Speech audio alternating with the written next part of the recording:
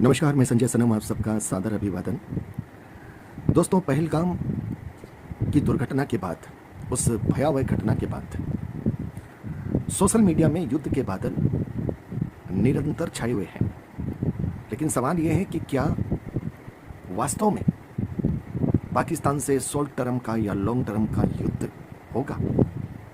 क्योंकि जिस तरह से भारत सरकार की हाई लेवल मीटिंग्स चल रही है, जिस तरह से हमारी तीनों सेनाओं का प्रदर्शन चल रहा है, आक्रमण करके एक सैनिक अभ्यास भी हुआ है, विश्व बिरादरी का समर्थन हमारे पास है, लेकिन उसके बाद भी 22 तारीख की इस घटना के बाद हम पाकिस्तान की सीमा में क्यों नहीं घुस पाए हैं?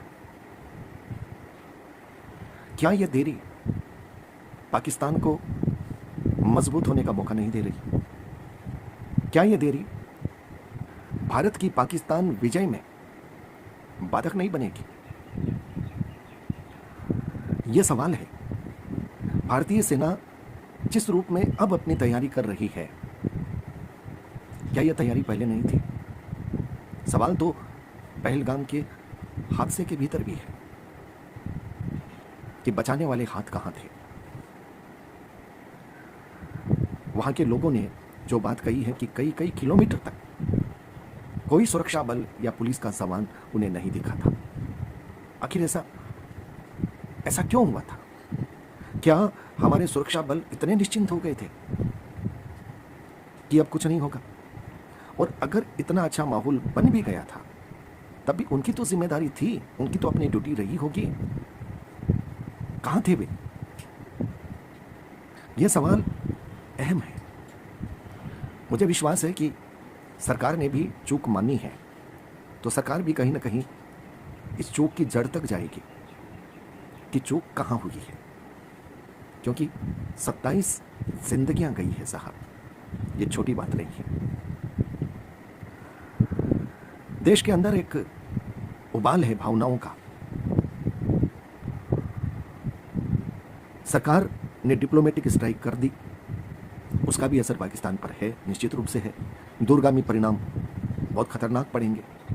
विश्व बिरादरी की बात करें तो भारत के पास बड़ी शक्तियों का समर्थन है, सिवाय आप कह सकते हैं चीन को, तुर्की को, या फिर मुस्लिम देशों में एक नाम और आ सकता है, ईरान।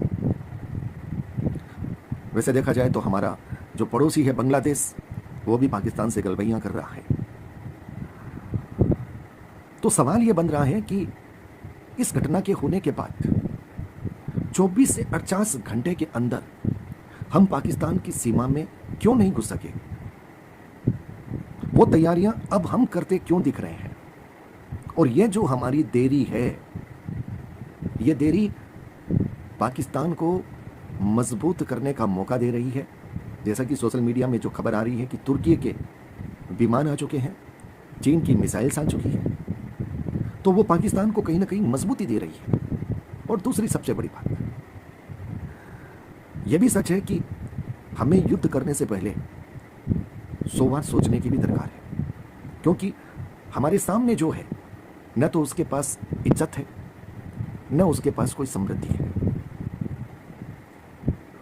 उसके पास खोने के लिए कुछ भी नहीं है, क्योंकि वो ऑलरेडी बर्बाद है।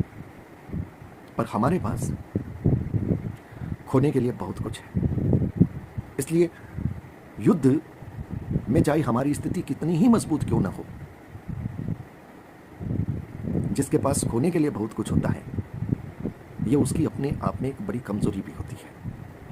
हो सकता है निर्णय करने वाले दिमाग, दिल इन सब बातों पर बहुत गहनता से विचार कर रहे होंगे, और शायद फूंक फूंक कर कदम उठाने की वजह से ये एक एक दिन का जो विलंब है वो हो रहा होगा। एक तरह से उनका नजरिया सही है, लेकिन दूसरी तरफ से ये एक एक दिन का विलंब दुश्मन को मजबूत होने में और अपने कुछ दोस्तों का जुगाड़ करने में उसे मदद कर रहा है। ये जो मदद उसे मिल रही है, उसमें हाईएस्ट टेक्नोलॉजी की मदद है।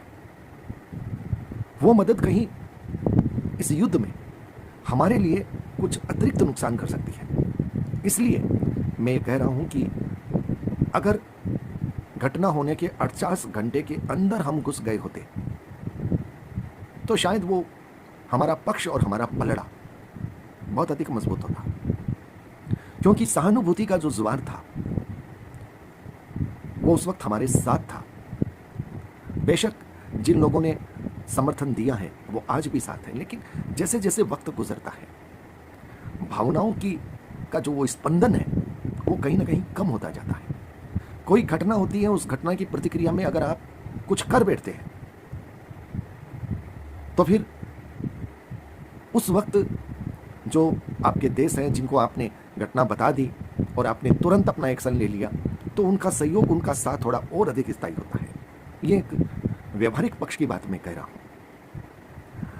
कुछ लोगों ने मुझसे पूछा कि ज्योतिष के आधार पर क्या बताया जा सकता है कि ये युद्ध होगा या नहीं होगा। दोस्तों, ज्योतिष में बिल्कुल सामर्थ्य है कि ज्योतिष ये बता सकता है कि ये युद्ध होगा या नहीं होगा, लेकिन उस पद्धति पर मेरा अधिकार नहीं है। इसलिए मेरा यह मानना है कि जहां पर आपका अधिकार नहीं है उस पर सिर्फ वीडियो बनाने के लिए, व्यूज लेने के लिए कोई इस तरह की बात नहीं करनी चाहिए, क्योंकि ये कोई मजाक का प्रश्न नहीं है, बहुत गंभीर सवाल है, देश का सवाल है। इसलिए संजीदगी से ही बात करनी चाहिए। ज्योतिष बता सकता है, लेकिन चूंकि वो विषय मेरे अधिकार क्षेत्र में नहीं है इसलिए मैं नहीं बता सकता। मैं यहाँ पर जो कह रहा हूँ वो व्यवहारिक पक्ष की बात कर रहा हूँ। मैंने सोशल मीडिया के प्लेटफॉर्म पर बहुत कुछ सुना, बहुत कुछ समझा, बहुत कुछ तैयारियों का जो जिक्र है वो सोशल मीडिया से समझने का अवसर मिला। हमारी सरकार जिस तरह की हाई अलर्ट मीटिंग कर रही है वो सब चीज़ें सही है, लेकिन मुझे ऐसा लगता है कि पहलगाम घटना के 50 घंटे के अंदर हमने अगर पाकिस्तान की सीमा क्रॉस कर दी होती तो शायद हमारे लिए वो बहुत बेहतर होता। उसमें दुश्मन को संभलने का मौका नहीं था और दुश्मन के जो साथी हैं उनको भी सोचने का मौका नहीं था। उससे पहले हम अपना काम करके आ जाते। मैं कोई युद्ध नीति का मेरा कोई अनुभव नहीं है, इसलिए मैंने जो अपनी बात कही है व्यवहारिक पक्ष की बात कही है। तकनीकी पक्ष इसके अलग हो सकते हैं, हो सकता है उसमें ये जो देरी हो रही है वो भी शायद उचित हो, लेकिन व्यवहारिक पक्ष के आधार पर यह देरी मुझे ऐसा लग रहा है कि ये दुश्मन को मजबूत कर रही है, संगठित कर रही है और उस जीत में कहीं ना कहीं बाधा बन रही है और हमारे देश का नुकसान करने के लिए कुछ विशेष भंडारण उनके पास हो रहा है। आपकी क्या राय है? आप अपने विचार बताइएगा। बहुत बहुत आभार। नमस्कार।